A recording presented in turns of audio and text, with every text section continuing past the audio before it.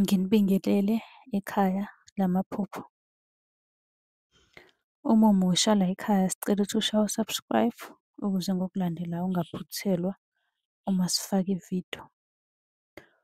Ukubaluleka-ke kokuthi u-subscribe senzela ukuthi uma ubuza umbuzo kwi-comment sithi masibuya nevidiyo eyimpendulo, i-notification izongena kumakhalekhukhwini wakho ebese ividiyo uyayibona ngokushesha kanjalo.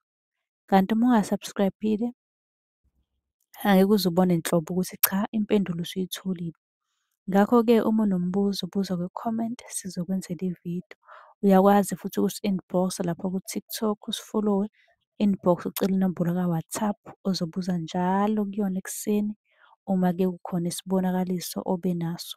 Nokubaluleka nje kokuthi-ke uwazi ukuthi ngabe lokho osuke ukuphuphile kubika ukuthini. Ake singene-ke kwelanamhlanje sikuchaza. Lapha kwi-comment futhi njengoba bengishilo ukuthi uma ubuza kwi-comment sizokwenzela ividiyo sibuye nempendulo yakho. Obhalile uthi, ngicela ukubuza, nginokuphupha kunomuntu ongidunuselayo, ngabe-ke lokho khona kusuke kubika ukuthini? Engingakusho nje ngokuphupho lokudunuselwa noma ubona bedunuselana okanye kudunuselwa wena, lelo phupho alikho lihle. Lelo phupho lisuke lihambisana-ke nento eyisichitho. Ngingasho ukuthi hlampe ukugadlwa ngey'chitho kunomuntu okusebenzisela imithi, alikho lihle. Ukudunuselwa siyazi ukuthi vele nje empilweni kuyinto vele esingayithandi, engekho nje inhle. So uma usuthi wena uyakuphupha, lelo phupho alikho lihle. Engingakusho nje ukuthi sukuma, sukuma.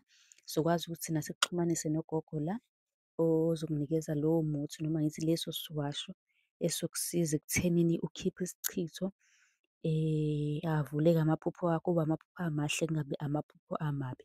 Kanti uma unenkinga futhi yokuphupha uyakwazi ukusitshela sikudlulisele kuyena futhi uzokusiza ekutholele lokhu okumele-ke ukuthole. Futhi okunye-ke noma ngabe isiphi isiwasho noma umuthi noma imbiza oyidingayo, uyakwazi ukuthi uxhumane naye ugogo uzobe-ke esekusiza nangalapho.